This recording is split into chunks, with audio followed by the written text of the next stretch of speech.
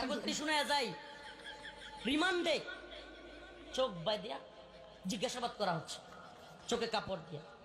হঠাৎ করে আমি কোর্ট করতেছি উপরওয়ালাকে সাক্ষী রেখে, হিন্দি কথা শুনতে পাইছি। কি কথা? হিন্দি কথা শুনছি। তো এরা আমাকে জিজ্ঞেস করতেছে, হুজুর বলেন তো আমরা কারা? আমার কিছুটা আন্দাজ হয়েছে হিন্দি কথা কয়, এরা তো রয়্যাল লোক হইতে পারে। কার লোক? র চিনেননি? চিনবেন কেমনে? বাংলাদেশ 1971-এ স্বাধীন হওয়ার পর থেকে এখন পর্যন্ত যারা চালাইতেছে, আর বোঝার দরকার নেই। এই 24 সালের আগস্টের পর থেকে যাদের ক্ষমতা আলহামদুলিল্লাহ একটু মনে হইতেছে কমছে। শেষ বলা যায় না, যেমনি ইলিশ পাঠানো শুরু হয়েছে আল্লাহ জানে আবার কি শুরু হয়। এটা নিয়ে আমরা ভয়ে আছি, শেষ বলা যায় না, তবে কমছে এটা বলাই যায়। সেই আমি হুজুর আমি বুঝ যাও র না বইলা আমি বলছি একটু এড়ায় গেছি, কারণ যদি বুঝছি এটা ওরা বুঝে যায় তাহলে জুলুম আরো বাইরে যেতে পারে। এই চিন্তা করে আমি বলছি যে আপনারা তো র্যাবের লোক, আমার র্যাব ধরে নিয়ে আসছে, আপনারা তো র্যাবেরই লোক। তো এরা প্রশ্নটা এড়ায় গেছে। এবার প্রশ্ন করতেছে, হুজুর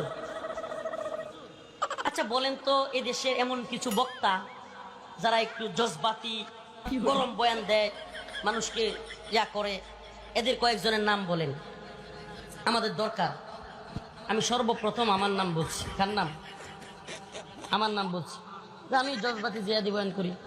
হুজুর আপনারা তো আমরা ধরছি আছেই, অন্যদের নাম বলেন।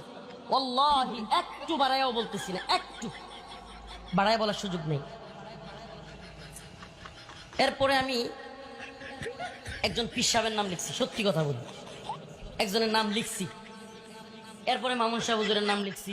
এরপরে বনবী ভাই, আসলে যাদের নাম লিখছি মোটামুটি সবাই গ্রেফতার। তখন কি সবাই গ্রেফতার, রিমান্ড অবস্থায়। ওয়াল্লাহি একটু বাড়ায় বলতেছি না, আবারও কসম করে বলতেছি, আমি একটু চালাকি করছিলাম যে ওনাদের ব্যাপারে অনেক কিছু শুনি, আচ্ছা একটু দেখি তো। আমি সব নাম লেখার পরে বনবী ভাই, হারুনিজার ভাই, উসামা ভাই কিংবা জুনেদ আল্লাহ সাহেব, মামুন সাহেব হুজুর সবার নাম লেখার পরে হঠাৎ করে জিজ্ঞেস করতেছে, হুজুর প্রথমে যার নাম লিখছেন উনি কে? আমি বলছি কেন চিনেন না? বলছি অমুক দলের নাইবে আমির সাহেব।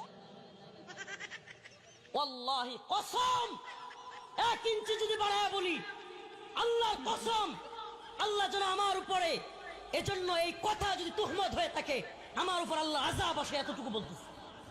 সাথে সাথে লাল কলম দিয়ে কেটে দিছে, সাথে সাথে লাল কলম দিয়ে কেটে দিছে। শুধু কেটেই দেয় নাই, আমি যখন জিজ্ঞেস করলাম কি, উনি তো সবচেয়ে গরম কথা বলে, পারলে হাসিনার একবার কাপড় খুলে ফেলে, তো উনার নাম কাটছেন কেন? হুজুর এটা বুঝবেন না। কি বলে? এটা বুঝবেন না। এখনো যারা মনে করেন যে আমরা সব, আজকে কি দেখলেন আপনারা? ফরিদউদ্দিন মাসুদকে আল্লামা বানানোর জন্য যারা তৈরি, হাসিনা চলে যাওয়ার পরে যারা ফরিদউদ্দিন মাসুদকে বড় বুজুর্গ দাবি কইরা তার বিরুদ্ধে বললে চোখ উপড়ায় ফেলবে, টানা ঘেরাও করবে, এই অবস্থানগুলো দেখতেছেন। আর আমরা রিমান্ডে, আমি নিজে এটা যাচাই করে আসছি। এখন বলবেন হুজুর গোয়েন্দারা নিজেদের মধ্যে লাগায় দেওয়ার জন্য আপনাদের মধ্যে এগুলো করছে। আপনারা খুব বেশি বুঝেন না।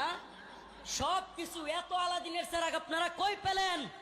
আমরা ইনায়া বিনায়া কথা বললেও গ্রেফতার হই, আমরা এদিক সেদিক করে অনেক আলেম কমেন্ট করলে গ্রেফতার হয়, আর হাসিনার কাপড় খুলে নিলেও কেউ গ্রেফতার হয় না। আপনারা আমাদেরকে বোকা বুঝান না, এত বোকা বুঝায়েন না। আজকে মুখ খুলতে বাধ্য হচ্ছি। আপনারা যদি এখনো পর্যন্ত আলেমদের বিরুদ্ধে বিশুদ্ধার আর এই নাস্তিকদের পক্ষ অবলম্বন থেকে বিরত না থাকেন, কি করতেছে এরা? কি করতেছে এরা? আসতে